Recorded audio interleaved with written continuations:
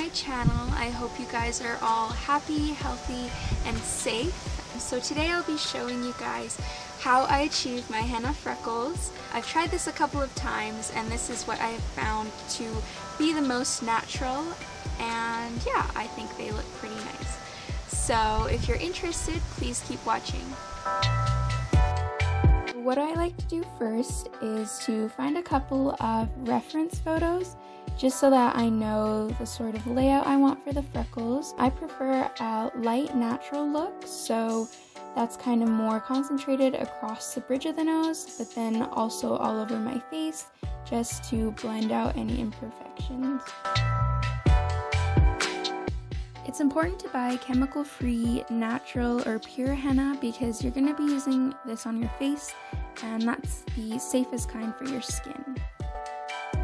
Before you apply the henna, make sure to cleanse your skin from any oils so that the henna dye can better penetrate into your skin and give you the best stain.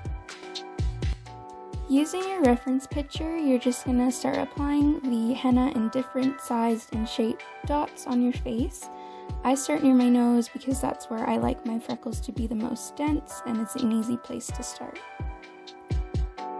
To make them look natural, I like the dots to be pretty messy and to have some random clusters that are together or far apart. And this is why using a reference picture really helps, because it just helps with figuring out the spacing. One of the reasons I really like to do freckles is that they really help to blend out the texture I have on my face. I used to have really bad acne, so I have a lot of pitting and scarring, but the freckles really help create the illusion that all of that is just part of the freckles, so it's pretty nice.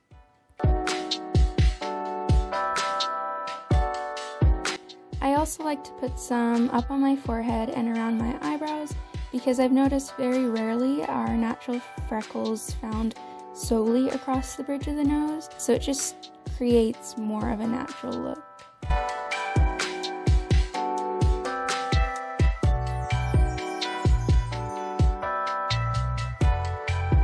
I'll also add some around my chin or around my mouth.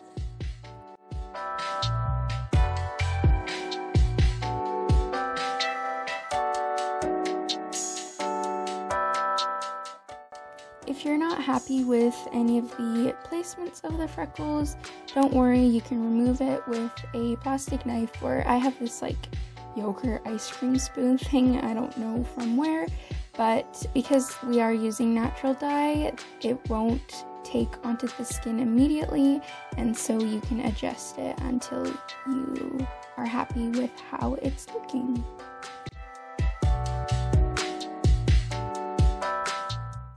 Once you're finished, you're going to want to let them dry for a bit.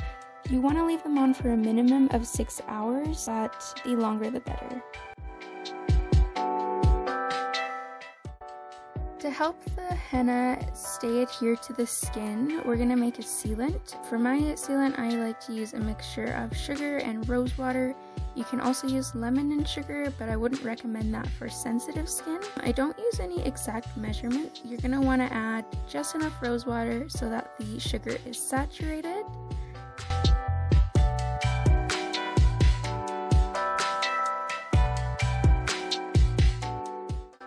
Some of it should be dissolving at this point.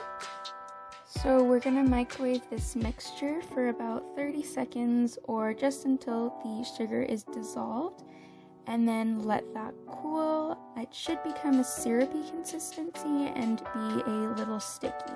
You can transfer this to a spray bottle and spray it all over your face, but I prefer to use a cotton tip to put it directly on the spots because once the mixture dries, it does leave a white flaky residue. To get the best stain, I would recommend sleeping with the freckles on overnight. Just swap out your regular pillowcase for something you wouldn't mind possibly getting stained.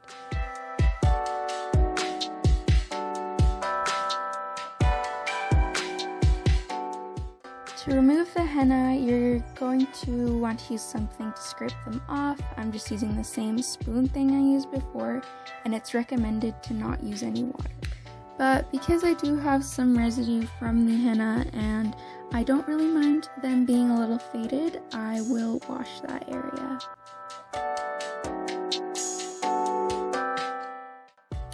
Finally, it's important to really hydrate your face with something super rich to avoid your skin from drying and peeling, and then avoid washing your face for the next 24 hours.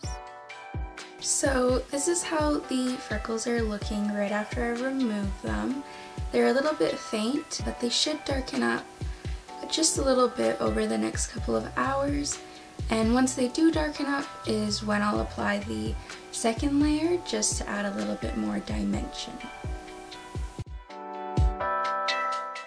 You're going to want to do basically the same thing as what we did for the first layer for the second layer. Keep in mind that adding layers is optional, but it really does help make the freckles look super natural and effortless. So I would definitely recommend, if you have the time, to do another layer.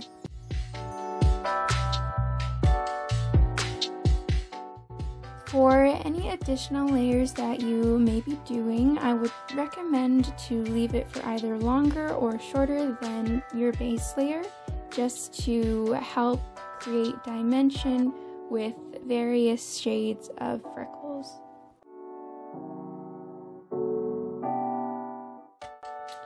And with that, you are basically finished.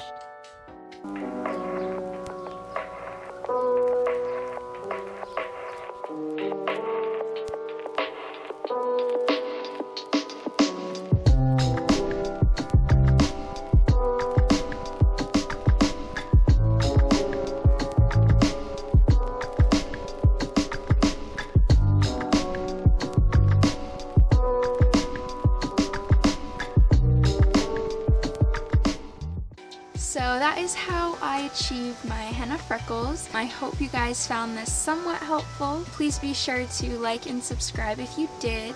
It would mean a lot to me. And yeah, I can't wait to talk to you guys next time. Take care.